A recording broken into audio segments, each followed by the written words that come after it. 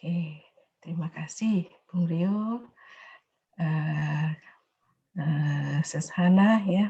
Terima kasih, selamat malam Bapak, Ibu, saudara-saudara semua yang hadir di malam hari ini.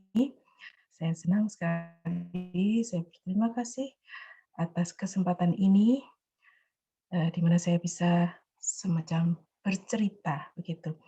Bercerita mengenai apa yang selama ini, eee, kami pikirkan, juga kami, diskusikan, kemudian banyak sekali masukan dari kelas klasik. Mungkin Bapak Ibu semua juga sering menemukan nama saya di kelas. Saya merasa, sangat menarik ya, walaupun kita itu sebetulnya heterogen, tapi, kita mempunyai sesuatu yang, in common begitu, yang sama, yaitu yang, sama-sama membelajarkan kita masing-masing, sama-sama memberi banyak ide-ide baru, dan sama-sama membuat kita menjadi lebih baik. Saya merasa demikian. Terima kasih sekali lagi atas kehadirannya malam ini, mendengarkan cerita ini. Adapun sebetulnya kami, sudah mengatur jadwal untuk 2 kali pertemuan, jadi, malam ini separuh materi yang akan kita diskusikan bersama dan disambung dengan materi berikutnya minggu depan. Dan memang kita sekarang sedang berada dalam masa yang tidak biasa-biasa saja ya. Pandemi ini akan membuat banyak perubahan di antara kita, banyak perubahan dalam pola hidup kita, dan kita juga sekaligus merenungkan mengapa hal itu terjadi dari kacamata sains. Gitu. Saya sendiri mempunyai latar belakang sains murni, sains dasar maksud saya, bukan sains aplikatif. Jadi saya juga tidak heran kalau kenapa saya dari dulu juga suka sama filsafat, dan saya juga belajar dari banyak teman-teman, para romo, dan teman-teman awam juga, dan saya merasa kita memang dalam tahap saat ini harus memahami banyak hal penting dan harus selalu terbuka terhadap pengetahuan-pengetahuan baru. Nah, saya mohon izin share screen. Kita berdoa supaya jaringan tidak macet-macet. Ini hari-hari full digunakan, jadi kadang-kadang saya mendapatkan kendala. Sebentar, saya mau share screen dulu. Ini. Bapak Ibu, apakah screen saya tampak? Ya, sudah Bu, sudah Sudah Bu, kelihatan. sudah Bu, kelihatan. Suara saya jelas ya, soalnya saya kok melihat Bapak Ibu frozen di layar saya. Jelas, jelas Bu. Jelas ya, oke. Ya. Jadi hari ini saya ingin cerita tentang pemikiran dan diskusi bersama teman-teman di masa pandemi ini, ya. Jadi ini adalah saatnya kita merenungkan kembali apa-apa yang sudah kita lakukan bersama terhadap alam kita. Karena background saya itu kimia dan saya mengambil spesialisasi kimia analitik, maka alam yang kita bicarakan ini bagi saya pribadi, saya melihatnya dari kacamata ilmu kimia. Dan saya berusaha menyumbangkan apa-apa yang kami pikirkan mengenai alam ini dari kacamata orang kimia, dan bagaimana orang kimia juga sebenarnya turut ambil bagian dalam membuat alam tidak seimbang, dalam tanda kutip itu merusak alam, dan juga orang kimia harus bertanggung jawab untuk memperbaikinya. Jadi itu adalah renungan pribadi saya juga berpikir bagaimana caranya kita melakukan sesuatu yang sebenarnya mungkin tidak populis gitu, tapi sebetulnya kita berusaha untuk mengembalikan keseimbangan tersebut. Jadi judul dari topik kita ini kita beri nama tugas baru para ilmuwan alam, yaitu membuat alam seimbang. Ya, jadi kalau kita punya waktu 2 kali pertemuan, saya ingin membaginya menjadi 5 pokok-pokok bahasan kecil gitu. Yang pertama kita membahas alam itu sendiri yang utuh, ya, dari kacamata sains. Sains itu ilmu alam yang tidak hanya kimia, ya.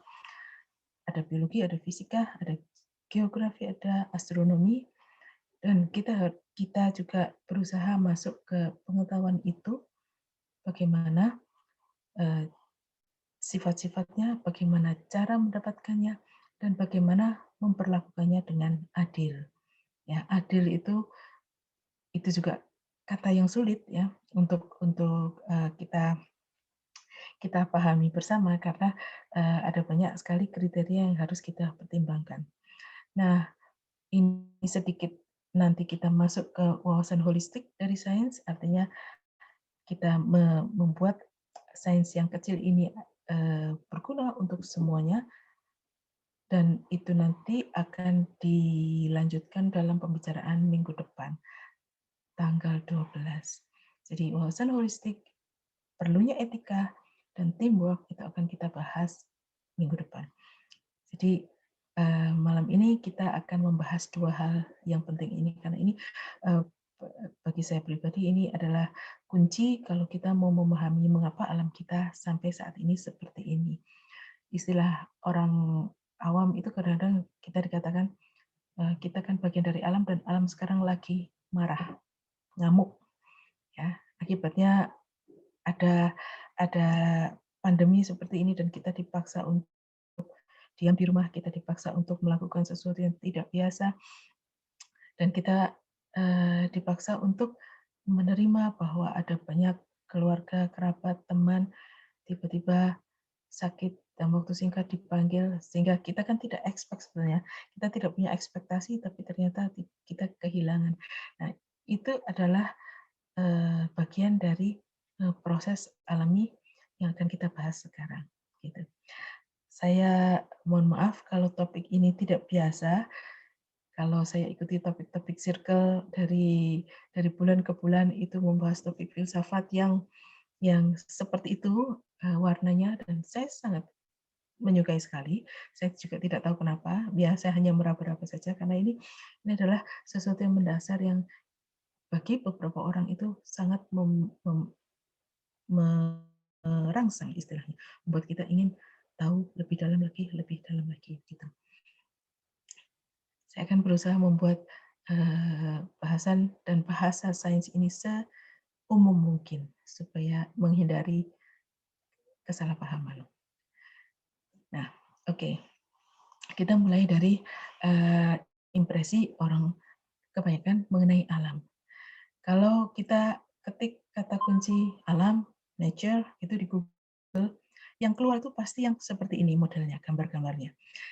Ini gambar-gambar ini saya ambil dari template-nya PowerPoint, ya. Jadi saya suka sekali dengan kekuatan big data-nya sekarang. PowerPoint itu juga menyediakan apa-apa yang akan disukai orang. Jadi alam itu biasanya itu diterjemahkan sebagai keindahan yang besar, ya, yang kita melihatnya itu sebagai bagian kecil dari alam itu kita kagum sekali. Kita membayangkan alam itu seperti hutan, lembah, matahari, bulan, bintang, bahkan bahkan gambaran kita itu termasuk alam yang dinamis, ya. Ada alam yang menggambarkan bagaimana aurora itu berkelebat di malam hari dan begitu indahnya.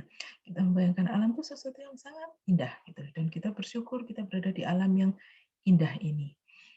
Dan kita bersyukur bahwa Tuhan menciptakan alam begitu indah ini. Jadi alam juga pada saat membuat orang merasa religiusitasnya terbangun, tersentuh gitu. Kita bersyukur kalau kita berada di alam yang begitu sempurnanya.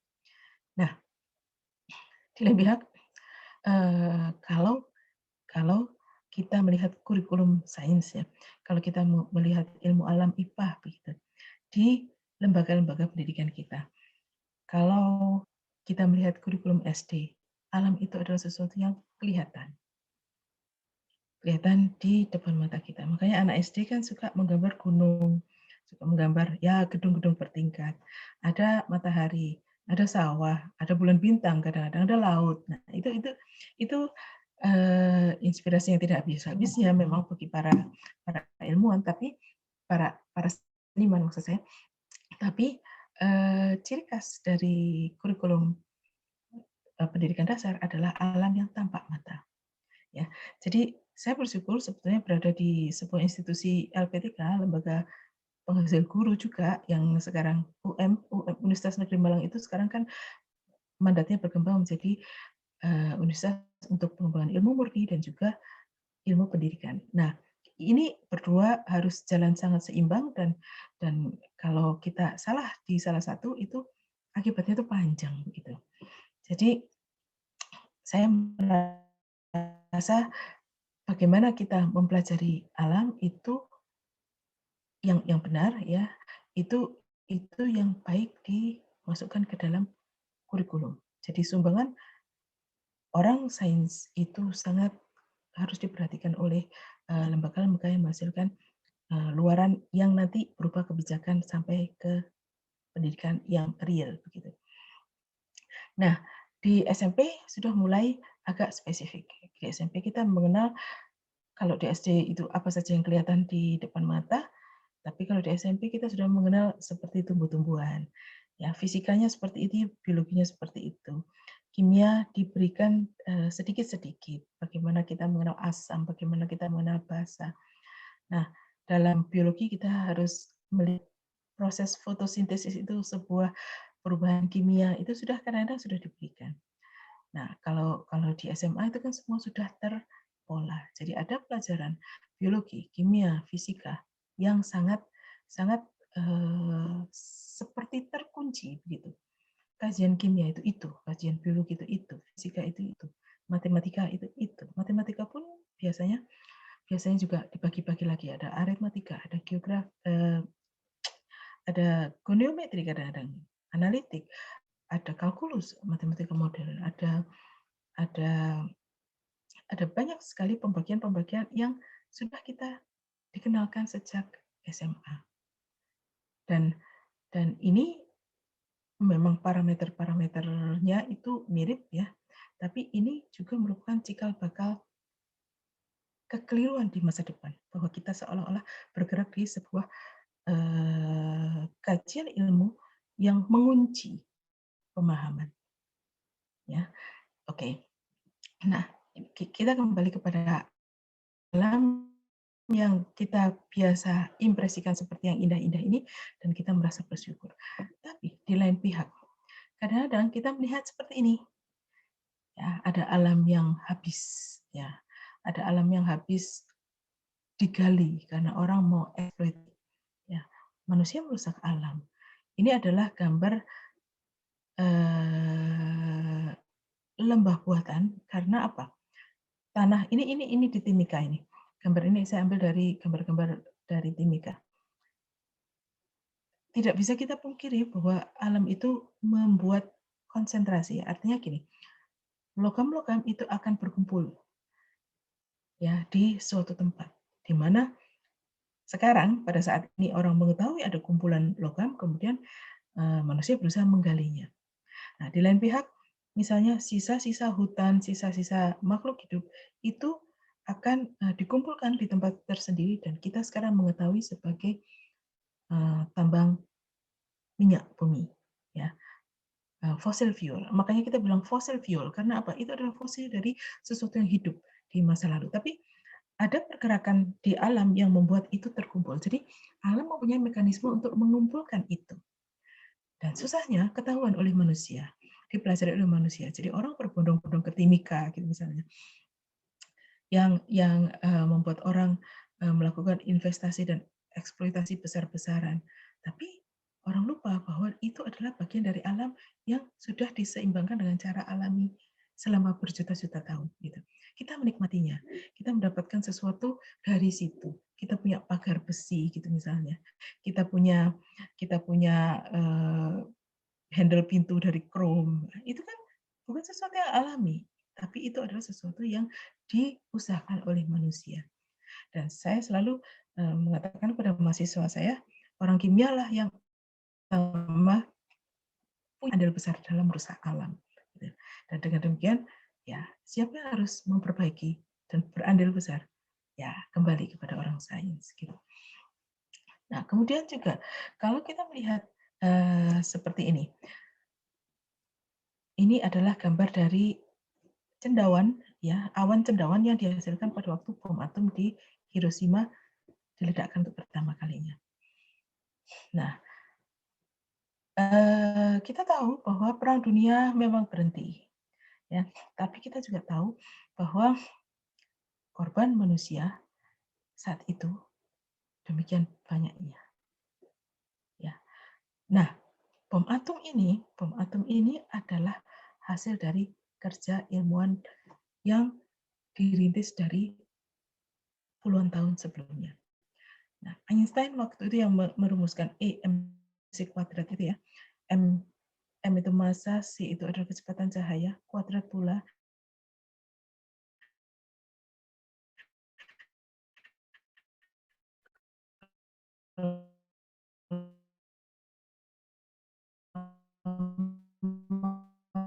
massa itu 1 gram, tapi menghancurkan kehidupan dalam waktu sekian jam saja, sekian detik sebetulnya, tapi berlanjut sampai bertahun-tahun. Sampai sekarang pun Hiroshima dan Nagasaki itu kan banyak sekali spot-spot yang tidak bisa kita rehab, gitu loh, karena kerusakan yang luar biasa sampai ke skala kimia pula. Jadi perubahan di skala kimia akan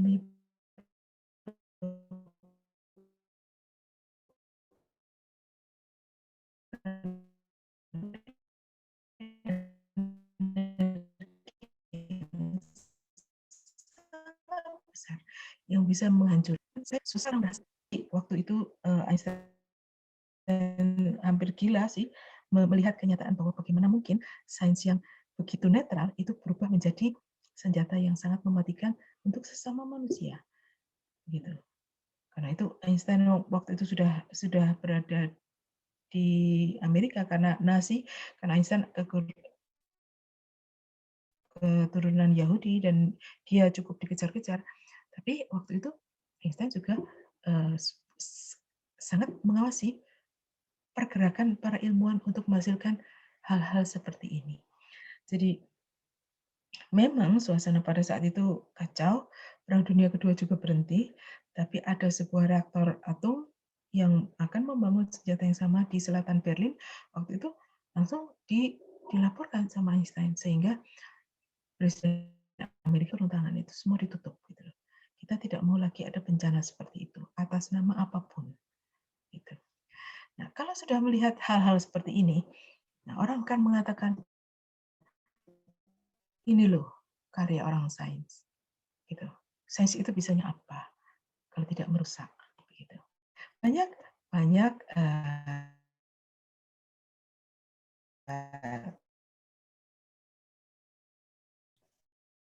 Halo, maaf Bu Suryani, boleh di anggapan bahwa sains suaranya Ibu keputus-putus, ya Bu.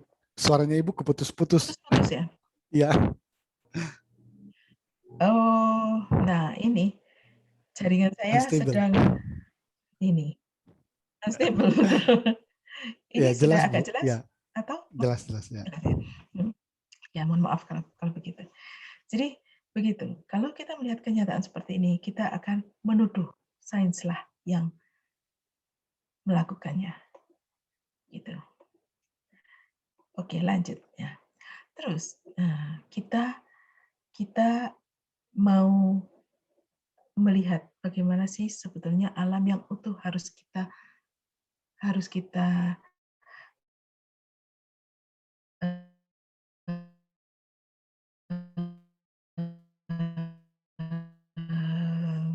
pahami. Sekarang masalah pengetahuan. Kita lihat sebagai sains itu apa?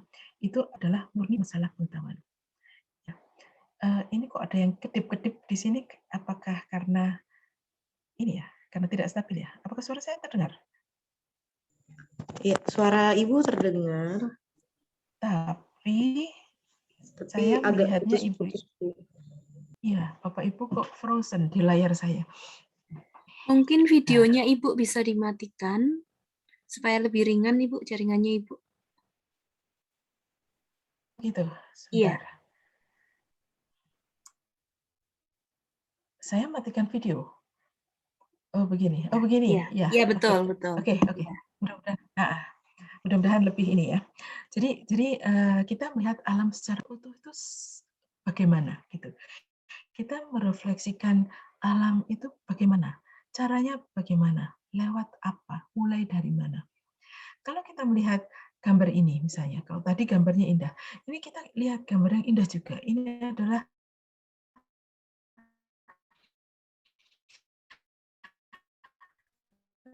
bunga dari pohon pinus. Di negara 4 musim itu hanya pohon pinus yang masih bisa bertahan di musim gugur. Nah, pada suatu saat kalau kita bisa melihat buahnya seperti ini dalam bahasa orang sains itu adalah sebuah indikator. Ya. Indikator yang kita cari, yang kita kembangkan metodenya untuk bisa menjadikan sumber informasi akan keadaan yang sesungguhnya. Nah, itu loh pekerjaan orang sains. Nah, kita juga diminta untuk melakukan pencarian indikator itu yang juga sekaligus membuat informasi mengenai alam yang lebih besar dari indikator tersebut kita dapatkan. Nah, kalau kita mengatakan orang sains itu miskin refleksi, ya, itu kadang-kadang bisa juga demikian gitu. Karena kita sejak SMA gitu misalnya, kita disajikan fisika, biologi, kimia seperti itu tanpa refleksi lebih jauh. Akibatnya seolah-olah kita melakukan kajian akan sesuatu yang itu dan itu kita anggap sebagai alam. Padahal kan bukan. Yang dikaji oleh orang kimia kan molekul atom gitu. Yang dikaji orang biologi mungkin lebih besar, ada tumbuhan, ada ada ada ada manusia, ada hewan, ya. Ada kalau orang geografi melihat gunung, lembah, awan gitu. Lebih besar lagi objeknya, orang astronomi melihat bulan, bintang, ya matahari. Nah, itu sebetulnya adalah sesuatu yang betul-betul sama yang kita pelajari. Jadi tanaman seperti ini yang dipelajari orang biologi juga dipelajari oleh orang kimia. Senyawa yang ada dalam daun itu, klorofil itu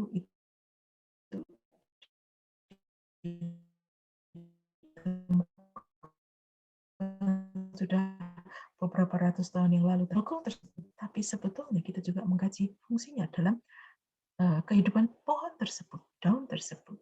Dan pada saatnya kita juga mengkaji akan kehidupan hutan-hutan yang merupakan kajian dari geografi.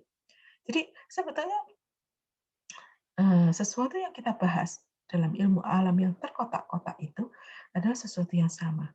Dan karena kita membahas terlalu eksklusif, maka kita mengatakan kita itu miskin refleksi. Itulah yang menyebabkan kita salah arah. Seperti itu tadi, bagaimana mungkin orang menciptakan sebuah bom atom? Itu bukan sesuatu yang gampang. Kita perlu mengkaji bertahun-tahun.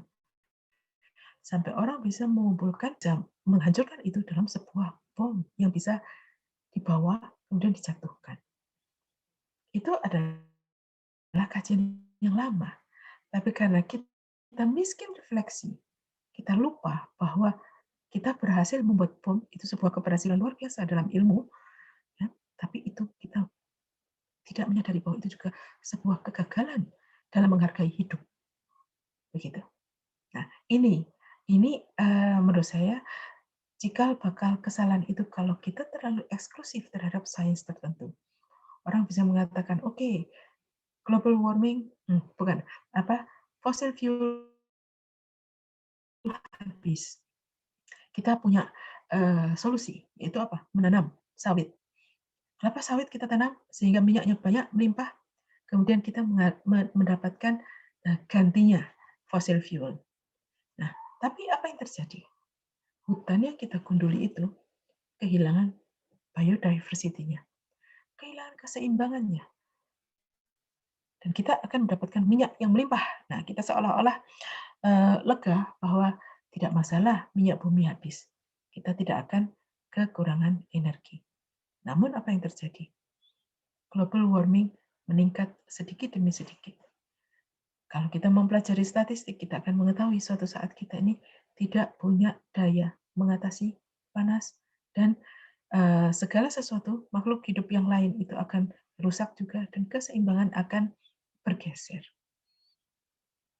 Nah, bagaimana ini ilmuwan harus bertanggung jawab untuk mengembalikan semua itu ke keseimbangan alami. Mulainya dari mana? Nah, ini Bapak Ibu,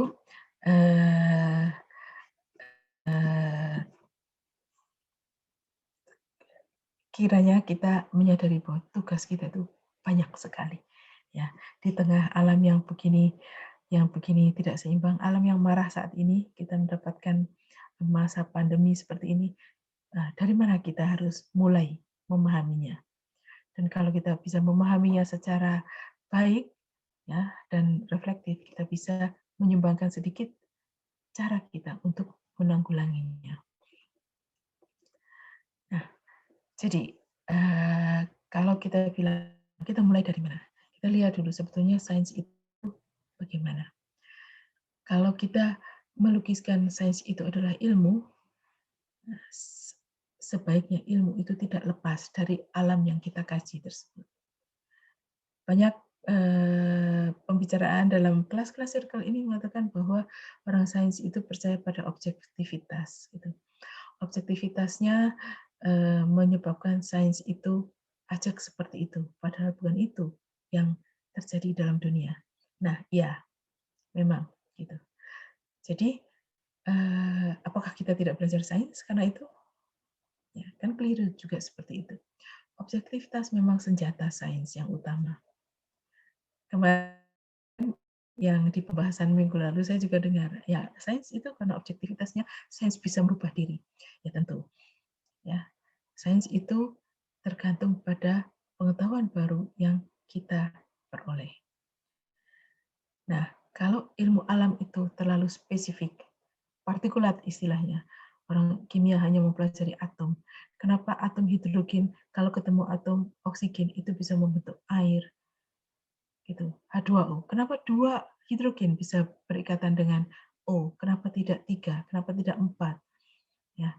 Kalau oksigen itu kenapa kita katakan O2? 2 atom oksigen yang menyusun unsur oksigen yang kita hirup ini. Ya. Yang kita butuhkan untuk runningnya seluruh sistem biokimia tubuh kita. Kita kekurangan oksigen heboh. Kemarin saya sempat khawatir karena ini bosnya PT Samator itu akhirnya juga meninggal dunia karena COVID, padahal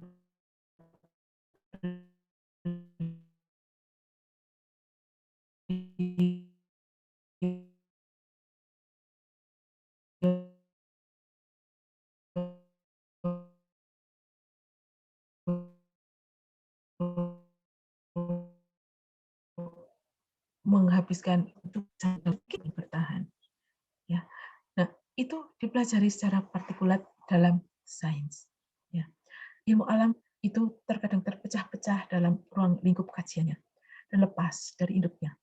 Jadi pada mulanya kalau kita melihat alam sebagai ilmu yang mempelajari alam yang kita lihat indah tadi, ya, tapi dalam kenyataannya dari tahun ke tahun selama beratus-ratus tahun kita mempunyai ilmu alam dalam kajian yang sangat-sangat spesifik, berdiri sendiri-sendiri dan kadang-kadang lupa akan induknya. Kita tidak tahu bahwa kita menganalisis sesuatu yang sama. Gitu. Nah, alam yang dirangkai oleh para saintis ini, menurut persepsi saintis, itu seringkali tidak dipahami oleh masyarakat awam. Nah, ini akan kita bahas juga nanti, bahwa sebetulnya kebanyakan masalah yang timbul dalam masyarakat itu adalah masalah pemahaman yang tidak dapat secara utuh diberikan oleh para ilmuwan. Gitu.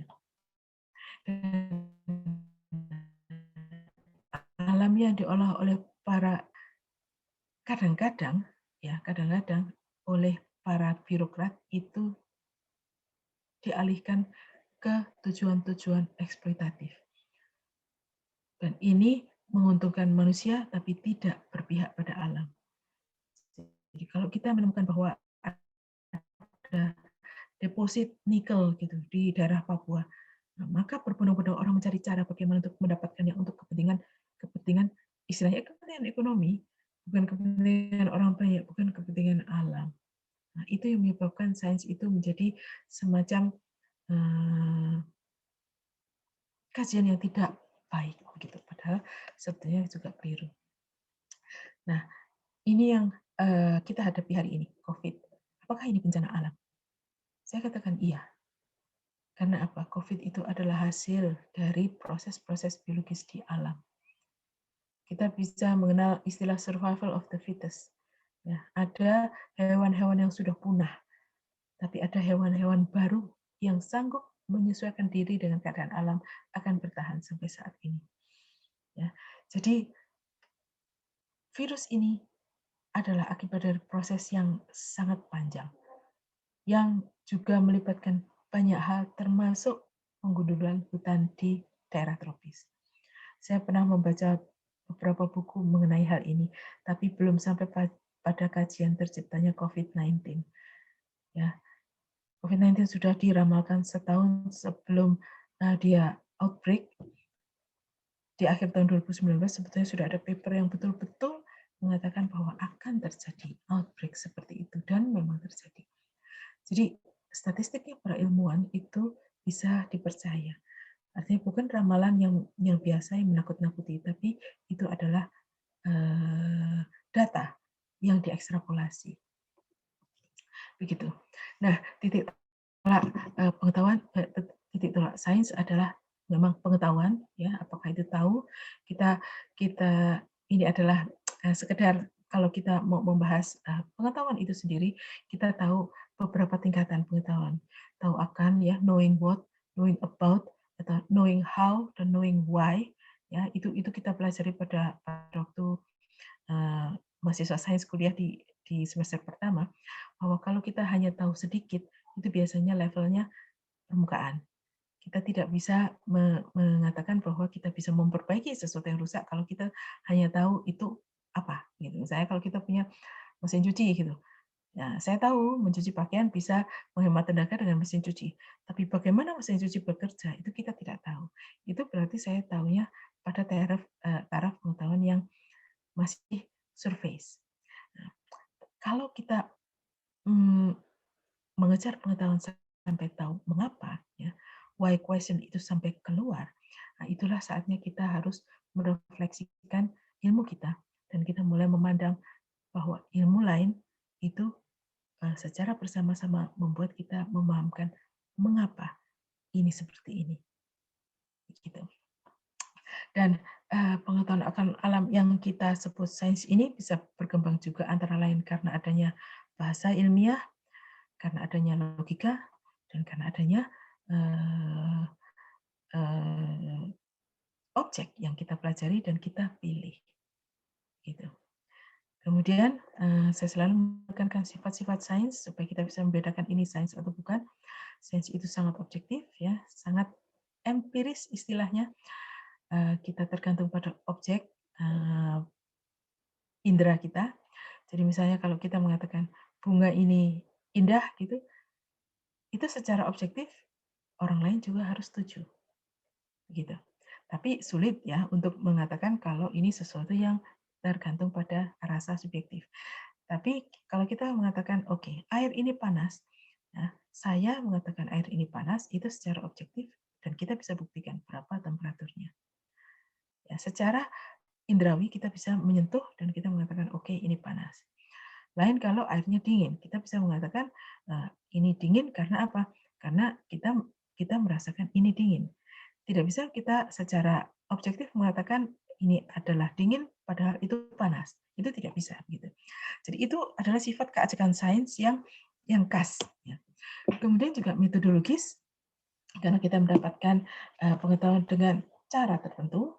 Ya, kalau kita mau melihat temperatur, kita mempunyai alatnya, kita mempunyai caranya, dan banyak sekali pengetahuan yang kita gali itu karena kita mempunyai metode untuk melakukannya. Dan metode itu membuat alam itu, pengetahuan itu sistematis yang tersusun dari sebuah rangkaian langkah-langkah. Jadi kalau kita mau menyimpulkan sesuatu, kita harus secara objektif menyatakan dahulu, kemudian kita punya cara untuk merumuskan hipotesis, dan kita harus mengujinya, dan baru kita mencapai kesimpulannya. Tidak bisa kita mengatakan kesimpulan dulu. Itu kita bisa bilang itu tidak logis. Gitu. Dan juga sifat sains yang utama yang tidak boleh kita lupakan adalah universalitasnya. Jadi dimanapun kita berada, siapapun, kapanpun kita akan secara objektif mengakui sesuatu bersama. Artinya mengakui sesuatu itu sama. Jadi kalau saya mengatakan garam ini asin, di sini, di Amerika, di Eropa, garam tetap asin. Ya, siapapun itu yang mengatakan, saya, Bapak Ibu, teman saya, anak kecil, orang tua akan mengatakan garam itu asin. Lain kalau kita bicara mengenai sebuah karya seni, gitu. Boleh seorang sastrawan mengatakan pelangi ini bagi saya warnanya abu-abu karena suasana batin saya sedang dirundung kesedihan. Nah, seperti itu. Itu kan sesuatu yang berbeda. Itu bukan sains seperti itu. Kalau kita mengatakan sesuatu harus universal. Jadi itu adalah 4 sifat sains yang utama yang bisa kita pegang bahwa ini adalah sesuatu yang objektif. Nah, kemudian sumber-sumber pengetahuan itu alam itu sendiri. Ya, kita melihat alam sebegitu itu tadi. Ada yang indah, ada yang tidak indah, ada yang rusak. Ya, kita secara objektif mengatakan alam itu seperti itu. Dan itu adalah sumber pengetahuan alam baru setelah melalui proses berpikirnya manusia. Jadi manusia kalau tidak berpikir, kita tidak mempunyai pengalaman atau tidak mempunyai pengetahuan baru. Pada saat cerita, mungkin Bapak Ibu juga sudah sering mendengar Isaac Newton. Newton itu seorang bangsawan yang menghabiskan hidupnya untuk mempelajari sains, ya, menggali sedikit demi sedikit gejala alam, dan kemudian Newton itu menyumbangkan banyak sekali hukum-hukum alam. Ya, seandainya Newton waktu itu tidak duduk di bawah pohon apel dan kejatuhan apel, ya, Newton tidak berpikir kenapa apel jatuh ke bawah, maka seandainya hal itu tidak terjadi, seorang Newton tidak berpikir ke sana, maka sekarang mungkin kita tidak punya pesawat terbang, mungkin kita tidak punya mekanika, tidak punya mobil, kita tetap seperti zaman sebelum teknologi terbentuk, gitu. Nah, pengetahuan yang Newton sumbangkan, ya, yang hasil dari berpikirnya, yang luar biasa itu merupakan semacam fondasi untuk pengetahuan berikutnya. Nah, namun tentu saja pengetahuan yang sudah ada itu harus dikomunikasikan dengan baik. Ya, harus ada cara untuk menyampaikan apa yang Newton pikirkan. Nah, ini penting juga karena dalam banyak hal sebetulnya yang terjadi adalah miskomunikasi. Ya, kita orang awam tidak memahami bahwa ilmuwan telah berpikir dengan sangat rumit sepanjang itu, dan pemirsa mengharapkan paham. Nah, itu loh yang menyebabkan masalah. Juga dengan hal COVID kita ini, ya, kita akan mempunyai banyak gap karena bahasa. Gitu. Dan salah satu fungsi sains, ya, itu adalah adil, tidak memihak, tidak bisa, artinya adil itu tidak memihak siapa yang menjalankannya. Namun manusia sebagai subjek yang menjalankan pengetahuannya itu bisa bertindak sebagai tidak adil, seperti dalam hal pembuatan bom atom tadi. Ya, sainsnya sendiri netral, sifat-sifat atom seperti itu, tapi bisa dibuat oleh manusia untuk tujuan yang tidak adil. Nah, salah satu fungsi sains pula ya harus kita kembalikan bahwa sains yang sama harus menjaga alam utuh. seperti semula. Ya, utuh itu apa? Saling kait mengait. Ya, kita tidak bisa memungkiri bahwa orang sains itu bisa berdiri sendiri, tidak bisa demikian gitu. Dan sains ilmuwan itu bertanggung jawab atas alamnya, atas alam kita bersama. Dan masa depan alam itu ada di tangan manusia dan sebaliknya. Kenapa? Alam punya mekanisme yang alami pula untuk menyeimbangkan dirinya. Dan beberapa filsuf sudah menyebutkan fenomena alam itulah yang menunjukkan kebenaran. Nah, ini proyek pribadi saya untuk meneliti satu demi satu, tapi yang bisa kita bahas malam ini seperti ini. Nah, kemudian sains itu lahir dari aktivitas. Ya, kalau kita membayangkan aktivitas itu melahirkan metode baru, dan metode itu menghasilkan pengetahuan baru. Pengetahuan baru menghasilkan aktivitas baru, dan ini adalah sebuah kesatuan yang tidak bisa berhenti dan saling menjalankan satu sama lain. Roda-roda ini bisa menggerakkan satu sama lain karena dia ada kaitan satu sama lain. Nah, ini adalah kunci orang mempelajari alam. Nah, kemudian kita berkaca pada metode ilmiah, ya ini adalah metode alam yang sangat umum. Ya. Waduh, ini waktu kita cepat sekali. Saya ngebut sekarang. Metode ilmiah yang sangat umum adalah metode empirisnya Francis Bacon. Ya. Ada pengamatan, kita menduga, kita menguji, kita melaporkan. Jadi seperti ini, yang gambar ini semua gambar saya ambil dari template. Ada apa yang bisa kita lihat, apa yang bisa kita pikirkan, kita melakukan dugaan sementara, kita melakukan pengujian, dan kita bisa melaporkan, tapi laporan kita itu sesuatu yang betul-betul, kalau itu ilmiah, itu jangan-jangan bisa berbeda dengan apa yang bisa kita lihat sebelumnya. Nah, itu uniknya di situ. Nah, memahami alam itu juga bukan proses yang mudah. Dari Newton kejatuhan apel waktu itu sampai melahirkan teori gravitasi, itu perlu waktu 2 tahun dalam hidupnya Newton. Tapi sampai teori gravitasi ini melahirkan banyak sekali ilmu lain. Jadi misalnya pada waktu kita berhasil menerbangkan pesawat, yang sekarang sudah begitu biasanya, kita berhasil menerbangkan pesawat, dan itu adalah usaha yang lebih besar dari gaya gravitasi bumi, ya, itu mencapai waktu yang tidak 2 tahun. Itu waktunya lama. Dan pengetahuan yang dibutuhkan itu banyak. Bertumpuk-tumpuk, berendeng-rendeng satu sama lain, dan sampai menghasilkan sesuatu yang luar biasa. Nah, minggu depan kita akan bahas seperti itu juga, tapi sesuatu yang kita bingungkan itu ternyata punya akar. Gitu. Dan memahami itu perlu waktu, perlu proses.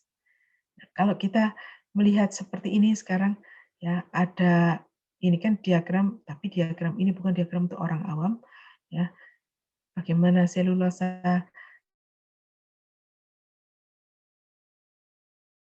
melewati kajian yang berpuluh-puluh tahun sebelumnya. Memahami itu bukan barang gampang. Jadi kita perlu waktu. Nah, sekarang kita berhadapan pada masalah yang krusial dalam sains. Kebenaran itu apa? Nah, kita bisa bergerak kalau kita bisa memastikan itu benar. Kalau tidak, kalau salah pun, kalau kita tahu bahwa itu salah, nah makanya kita bisa mengulangi dan membenarkannya. Itu penting, benar tidak benar, atau salah atau benar, itu penting sekali dalam sains. Pekerjaan sains itu termasuk salah satunya adalah fondasi kebenaran yang kita butuhkan. Nah, orang sains mempunyai sumbangan besar dari konsep kebenaran Aristoteles. Jadi kebenaran itu adalah yang sesuai dengan faktanya, faktual. Sesuatu dianggap benar jika sesuai dengan kenyataannya. Kalau kita mengatakan sebuah daun itu berwarna hijau, itu harus sesuai dengan kenyataannya, yaitu hijau. Semua orang akan mengatakan itu hijau. Kalau lebih dalam lagi, dalam ilmu kimia, hijau warna itu ada ininya, ada tandanya, yaitu panjang gelombang. Hijau itu lambda berapa? Hijau muda, hijau tua, hijau pupus. Nah, hijau pupus, hijau tua, hijau daun yang mau gugur, agak kecoklatan, itu adalah hijau yang berbeda-beda. Ya, kalau kita memahami alam sampai ke skala molekul, kita akan menanyakan ini lambda berapa? Panjang gelombang berapa nanometer? Nah, seperti itu. Dan kebenaran yang kedua adalah kebenaran kesesuaian yang berhubungan dengan satu sama yang lain, sesuai gitu, seperti itu, sesuai. Kalau panjang, masa, panas, dingin itu harus sesuai. Dan yang kedua adalah kebenaran korespondensi yang menyebabkan sains bisa berkembang begitu pesat. Kenapa? Kita tidak perlu lagi mengukur apakah betul-betul air itu mendidih 100 derajat. Sebelum kita move, gitu. Kita percaya aja. Fakta yang sudah teramati, itu kita tidak usah ulangi lagi. Kita lanjut. Dalam kasus COVID ini, penelitian demi penelitian menghasilkan banyak-banyak kebenaran yang saling meneguhkan. Pada waktu kita pertama kali mengalami pandemi ini, tahun 2019 akhir, dan mendunia tahun 2020, ya, dengan pengetahuan mengenai virus ini sampai saat ini, itu sudah luar biasa maju. Kita tahu sekarang mutasinya kemana. Ada virus varian Alpha, ada varian Beta, sekarang keluarlah istilah baru, varian Kappa. Kappa itu K dalam huruf Yunani. Nah, itu mengandaikan pengetahuan-pengetahuan yang banyak itu berkorespondensi dan saling meneguhkan. Dan inilah yang menyebabkan sains maju dengan sangat pesat. Dunia kedokteran maju dengan sangat pesat. Kakak saya seorang dokter dan kakak saya mengatakan luar biasa. Justru karena COVID ini, justru karena masalah yang besar ini, kita mendapatkan pengetahuan yang luar biasa banyak. Nah, kemudian ada kebenaran-kebenaran yang lain, kebenaran yang pragmatis. Nah, ini saat ini juga kita dihadapkan pada hal itu karena kita mengejar kegunaan ya. Kita mencari vaksin, kita mencari obat, kita mencari cara untuk menjinakkan virus dengan macam-macam cara. Virusnya itu bukan sesuatu benda hidup yang kita kejar kemudian kita bunuh ya. Itu kan ilustrasi gitu. Tapi kita berusaha melindungi diri, menyetop reaksi yang dia buat begitu. Dan itu semua perlu kebenaran korespondensi tadi. Dan ini semua pragmatis karena apa? Semua orang butuh. Semua orang butuh dan semua orang berharap pada penelitian-penelitian mengenai ini. Karena kita ya istilahnya takut mati. Ya, kita takut punah begitu. Dan tentu saja yang pragmatis mungkin kadang-kadang tidak etis gitu. Kalau kita melakukan animal testing itu sudah diprotes oleh Greenpeace, nah sekarang malah kita melakukan manusia sebagai objek tes. Dan manusianya kadang-kadang rela, ya relawan. Ada banyak relawan. Kalau ada obat baru, relawan akan mengatakan, oke, pakailah saya. Begitu. Vaksin kemarin juga punya relawan banyak sekali. Gitu. Itu sebetulnya dalam hal kajian sains itu tidak terlalu etis. Tapi kita tetap harus ada risk management. Nah, kemudian ada kebenaran performatif, itu misalnya kebenaran baru terjadi kalau misalnya ada pelantikan atau pernikahan atau apa gitu. Ini tidak terlalu ini, tapi ya ini tidak terlalu relevan dengan sains. Nah, kemudian sifat-sifat kebenaran ilmiahnya itu tidak boleh lepas ya, struktur rasional logis, mengandung isi empiris. Isi empiris ini adalah langkah-langkah yang sudah kita ini tadi kita mengatakan ini benar seperti ini, harus ada empirisnya. Kalau kalau mengatakan obat cacing sekarang bisa dijadikan obat COVID, nah ini kemarin juga ada ahli farmasi yang mengatakan tidak serta-merta seperti itu. Karena apa? Yang kita laporkan, yang sudah digembar-gemborkan keberhasilan itu adalah baru hasil dari percobaan empiris, in vitro, di cawan Petri. Jadi tidak bisa mengatakan bahwa itu sesuatu yang terjadi dalam tubuh kita kalau kita makan obat itu. Gitu.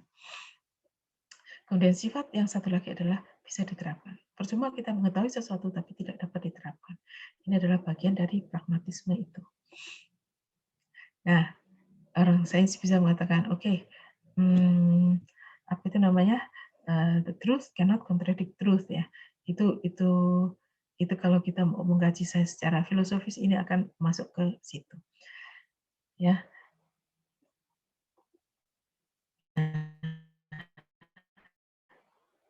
Kesalahan dalam sains, adakah? Ada, tentu saja. Tapi kita mempunyai beda antara kesalahan dan kekeliruan. Ya, kesalahan itu kita sebut error. Error itu bisa terjadi karena apa? Karena sistem yang tidak sempurna, proses yang tidak sempurna, atau kesalahan instrumen yang tidak membuat pengukuran terjadi dengan sangat teliti. Misalnya karena tegangan listriknya tidak stabil, ya, atau seperti ya ada banyak hal. Kalau dalam hal permesinan kita tahu persis. Nah, kesalahan ini biasanya tidak terhindarkan. Kita anggap sebagai galat yang harus menyertai sebuah eksperimen. Artinya statistik nanti akan membantu. Jadi kalau kita melaporkan sesuatu, ada misalnya nilai ambang batas logam berat di air sungai, misalnya untuk logam Pb itu 10 ppm plus minus 1 gitu misalnya. Jadi yang diperbolehkan adalah 10 plus 1 dan 10 minus 1. Nah, seperti itu loh. Ambang batas pengawet yang ada dalam mie instan kita ya, berapa? 10 ppm plus minus sekian. Nah, itu adalah cara untuk menyatakan kesalahan-kesalahan kecil tadi, error tadi. Namun dalam banyak hal sains itu bisa mengalami kekeliruan. Ya, kekeliruan artinya apa? Kekeliruan metodologis. Kita salah. Kalau seorang dokter salah mendiagnosis, kemudian dia melakukan pengobatan, treatment sesuai dengan diagnosisnya yang salah itu. Ya, itu yang kita sebut sebagai kekeliruan. Bisa fatal akibatnya. Atau kekeliruan dalam penyampaian yang menggunakan bahasa yang tidak dipahami oleh yang menerima. Nah, ini yang sering terjadi sekarang. Dalam kasus COVID ini juga banyak terjadi seperti itu. Karena apa? Orang, pemirsa, awam tidak terlalu mengalami penggalian pengetahuan yang sangat mendetail dari para ilmuwan, tapi ilmuwan pun tidak bisa menyampaikannya dengan baik sehingga orang lain paham. Nah, itu yang harus kita pikirkan bersama. Dan juga dalam hal sains, kepastian itu hampir tidak ada. Ya, statistik inilah yang membantu menyatakan kepastian. Seperti itu tadi, 10 plus minus 1. Itu artinya 10 plus 1 atau 10 minus 1. Nah, banyak orang keliru mengatakan bahwa kepastian itu ada dalam sains. Jadi, sains kadang-kadang dibilang ilmu pasti. Padahal setelah kita tahu, ya kita tahu persis ada banyak sekali ketidakpastian. Sampai-sampai Heisenberg yang mengeluarkan teori ketidakpastiannya itu ya, dalam teori kuantum, kita mengatakan bahwa kita tidak bisa menentukan letak elektron sekaligus posisi dan waktu secara bersamaan. Dan itu dipakai oleh orang kaum skeptis untuk mengatakan apa yang harus kita percaya sekarang. Sedangkan orang ilmu pasti tidak bisa menyatakan kepastiannya, begitu. Nah, juga kita punya banyak cara untuk manipulasi, ya. Terutama orang yang tahu biasanya kita punya daya untuk memanipulasi. Dan manipulasi itu bisa untuk tujuan baik, ya. Misalnya pemerintah menyimpan data apa gitu supaya apa? Tidak terjadi kekacauan di masyarakat, begitu. Nah, seperti itu bisa. Itu kita katakan sebagai manipulasi baik. Tapi kadang-kadang manipulasi juga bisa istilahnya black, gitu. Seperti tadi pembuatan bom atom. Itu kan manipulasi sifat-sifat atom, terutama atom yang berat yang mempunyai sifat radioaktif, ya untuk menghasilkan energi yang sangat besar untuk sesuatu yang jelek, ya. Termasuk juga sebenarnya menggiring opini. Nah, ini yang kita sebut istilah belakangan ini adalah social engineering yang kita dapati dalam banyak kasus ya di media sosial gitu. Kita ada penggiringan opini yang kita rancang dengan memanfaatkan data-data yang seolah-olah betul. Nah, ini hoax. Ya. Kenapa sering terjadi? Apalagi sekarang di dunia medsos, di zaman digital, informasi bertebaran di mana-mana. Ya, kita punya gap epistemologisnya. Pengetahuan ini sangat spesifik. Aduh, ini ada tipu. Dengan metode yang spesifik ini tidak bisa dipahami oleh semua orang dalam waktu singkat. Kemudian dengan demikian kita mempunyai beda pemahaman akan sesuatu yang sama ya antara ilmuwan dan pemirsa. Nah, saya selalu menekankan pada mahasiswa dan juga siswa-siswa sains belia yang kalau ada kesempatan saya kompor-komporin begitu. Kita perlu ada komunikator yang baik ya.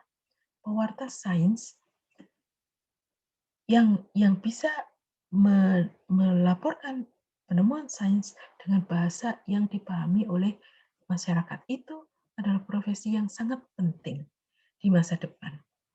Gitu. Tapi komunikator sains itu sebaiknya berasal dari pihak ilmuwan itu sendiri. Jadi bukan sebaliknya, bukan dari orang awam yang mencoba menyampaikan sesuatu yang dia tidak pahami, begitu. Dan itu menurut saya adalah sebab-sebab kenapa ini terjadi, karena ada gap epistemologis itu. Namun dengan kecenderungan dunia digital sekarang ini, kita kadang-kadang sulit membedakan ini realitas maya atau nyata. Dulu waktu pertama kali saya membaca novel Da Vinci Code, saya juga sempat jengkel dan marah ya kepada penulisnya. Tapi kan ya pembaca siapa saya gitu. Saya merasa lukisan peristiwa yang terjadi di sana, di Vatikan, di Saint Peter, di Basilika, itu kan sesuatu yang nyata, ya, yang dia pakai sebagai settingnya, tapi ada bagian-bagian yang sudah dirubah. Dan kalau pembaca tidak jeli, ya, tahun demi tahun yang dipaparkan untuk cerita itu ada yang sama dan ada yang fiksi. Gitu. Dan orang yang tidak memahami sejarah itu akan melihat semuanya sebagai nyata atau semuanya sebagai fiksi. Gitu. Jadi ini tidak terbendung sekarang. Ya. Kalau kita melihat genre sastra juga ada di kalangan anak muda misalnya K-pop gitu, ada fanfic. Ya, tokoh-tokoh yang digunakan, dihadirkan di situ adalah nama-nama benar, tapi diatur peristiwanya oleh penulisnya gitu. Nah, ini bagi orang yang tidak memahami tokoh-tokoh tersebut akan mengatakan dikira itu fiksi itu adalah mewakili tokoh tersebut, padahal kan tidak gitu. Nah, dalam kenyataannya ya perubahan yang terjadi di masyarakat itu juga bisa dibuat semacam cerita seperti itu. Dan rekayasa sosial bisa dilakukan. Makanya kalau masa kampanye ya ada janji palsu, ada black campaign segala macam, kebanyakan itu memanfaatkan yang seperti ini. Jadi lama-lama kalau kebanyakan baca berita politik kita itu tidak tahu ini hoax atau betul begitu ya. Atau ini ilmiah atau tidak. Nah, apalagi kalau penulisnya menggunakan istilah-istilah yang tidak diketahui oleh pembacanya. Jadi dikira itu betul gitu. terus dicantumkanlah nama ahlinya gitu. Nah, itu kan kadang-kadang sekarang kan juga sering terjadi, mengatasi COVID dengan ini, obatnya ini. Karena ada senyawa ini. Nah, senyawa yang panjang-panjang namanya itu, orang yang di bidang itu sendiri aja kadang-kadang nggak tahu itu apa gitu. Jadi ini akar yang perlu kita pahami sekarang, supaya kita tidak terlalu mudah percaya, tidak terlalu mudah menyampaikannya juga, meneruskannya juga. Kan kadang-kadang kalau kita mau forward itu cuma 1 detik saja, 1 tik gitu, ujung jari kita sudah tersebar gitu. Jadi seperti itu, saya berusaha tepat waktu ya. Jadi ini ilustrasinya kalau kita melakukan kerja ilmiah itu kita seperti merangkai bunga gitu ya. Nah, nanti kalau bunganya kelihatan indah seperti ini, itu sebetulnya juga bukan yang betul-betul alami, ini adalah keindahan yang kita ciptakan menurut apa yang kita mau, bukan begitu kan? Karena apa?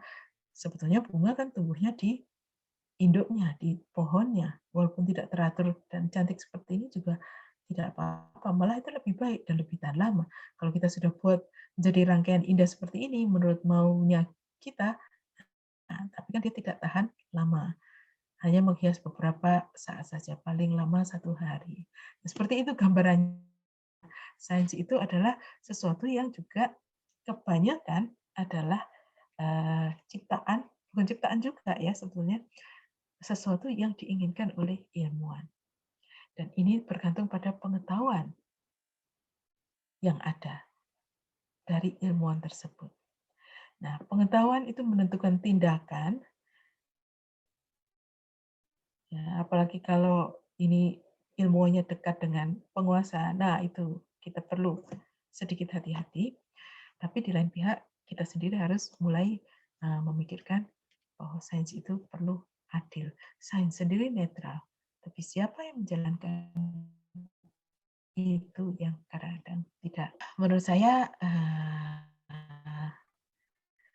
pertemuan malam ini sampai di sini.